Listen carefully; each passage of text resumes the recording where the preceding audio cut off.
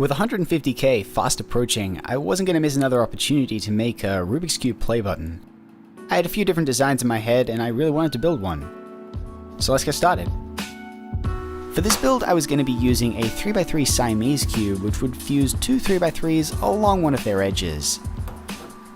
If you don't know what a Siamese cube is, it's very simply two or more puzzles that have been glued together. There's also a secondary and optional meaning to bandage puzzles, which is to cause bandaging between either of the two puzzles, which prevents some of the movement and make for a more interesting and unique solve.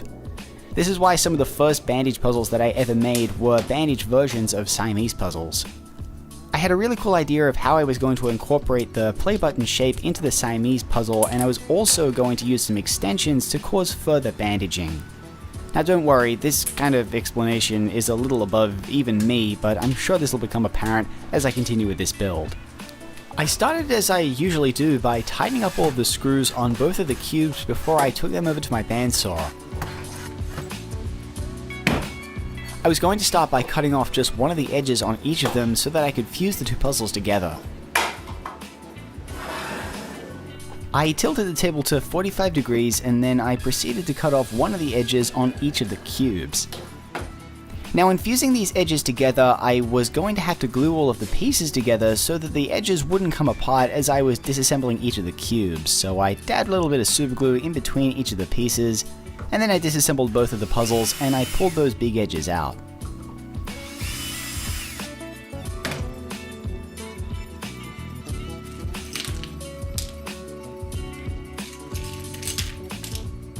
Fusing these two pieces together was basically the core of this entire modification, so I had to make sure it was done properly. I took the pieces over to my belt sander and I replaced the belt for a slightly lower grit so that I could very accurately but also very quickly sand down a lot of material. I started by sanding one of the pieces down just before I got to the widest point, and then I sanded the other one down a little further beyond it. This meant that I ended up with one piece that was slightly larger than the other, and this would help with gluing the two pieces together and lining up all of the faces. If I didn't do this and instead sanded both of the pieces to their widest point, I wouldn't have a full guarantee that the resulting pieces were going to be perfectly square, so this just makes sure there aren't as many errors. I would like to make it clear that I have no idea what I'm doing. After everything was fused together, I got a sanding block out and I sanded down all of the lumps and bumps to make everything smooth, and after I was all done, you can really see the difference in size between the two pieces that I fused together. You can also see that the resulting piece is perfectly square, and that's exactly why I do it this way. And after that was done, now was time for the complicated process of reassembling both of the 3x3s, but after I got all of that completed, this is what the Siamese cube looked like. Now of course I could finish up here and sticker all of these pieces and have a really nice looking Siamese cube, but I wanted to make a play button to celebrate 150,000 subscribers, so I was going to continue on with this build. I started off by taking the puzzle over to my bandsaw and I cut off the top and bottom edges, and I also went ahead and cut off the ones on the sides as well.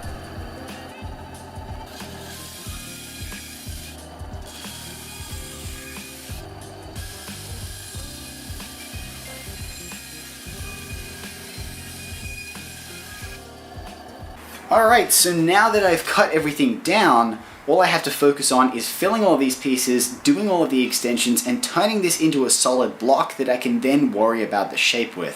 For now, it's just going to be a case of filling everything and then doing the extensions. I threw together a couple of extended pieces that I would need to fill the gaps in the center of the puzzle. And I took those pieces over to my belt sander and I began sanding them all down so that I could reassemble the puzzle and that they would all fit inside. While I'm sanding all these pieces down, I figure I might take a moment to thank you all for 150,000 subscribers. That is just a ridiculously large number of people, and I really never expected my channel to grow to this size, and I certainly didn't expect it to grow at the speed that it has in the past couple of weeks and months. So whether or not you've been here for a few years or you've just come across this video now, thank you for being a part of my channel and allowing me to do what it is that I love for a living.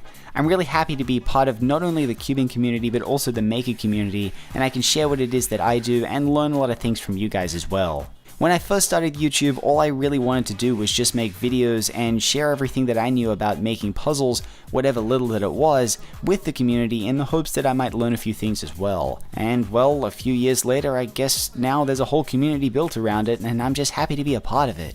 I'd also like to thank all of my Patreon supporters for financially supporting the channel. I really never expected anyone to support my channel on the level that people have, and it's really amazing to see people supporting me with their own hard-earned cash. I mean, that really just means a lot to me. So thank you all once again for 150,000 subscribers. Let's get back to this build.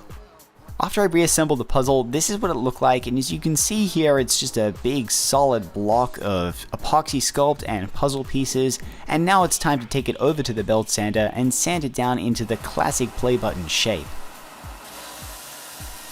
I started by sanding down the top and bottom faces just to get everything flat so that I had something to work from.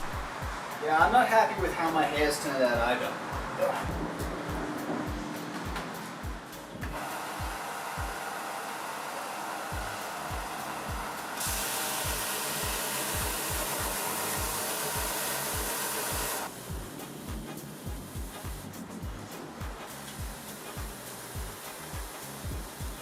After I'd finished leveling the top and bottom surfaces, now it was time to work on the curves on either end of the puzzle.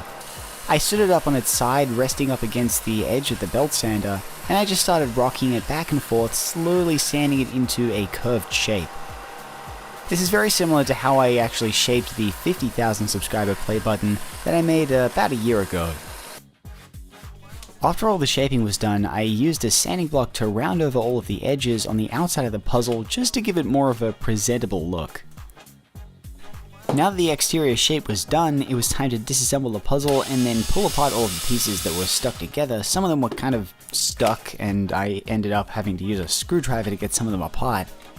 But after the puzzle was completely disassembled, it was time to round over each of the edges of each of the pieces. I used my very typical and standard technique of doing this by using a nail file to knock off all of the sharp edges, and then I rubbed everything down with some Scotch-Brite after that was all done. After I reassembled the puzzle, I wasn't overly happy with the dimensions of it. I felt like it was a little too long, but I couldn't sand down the edges at the ends anymore because if I did, there wouldn't be any edges, so I just kinda had to live with this shape. But I wasn't too upset with it, and I think it kinda looks pretty alright. I cut the stickers for the puzzle and I put the typical play button triangle on the front of the red face, and here it is, the puzzle is complete.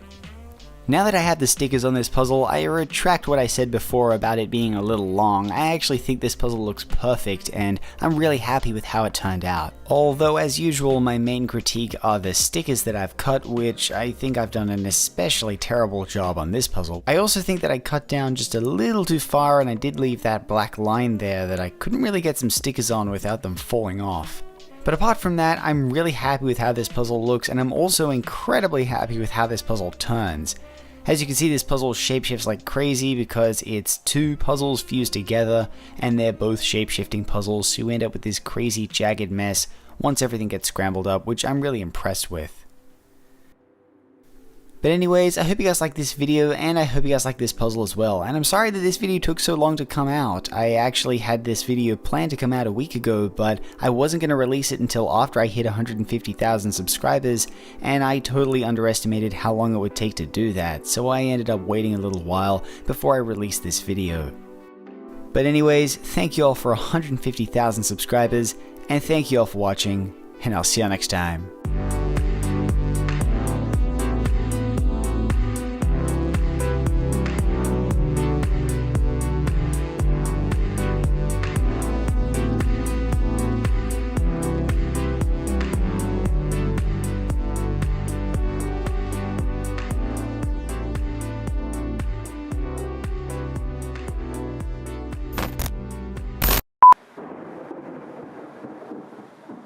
It's really hard to make videos when there's lightning all the freaking time.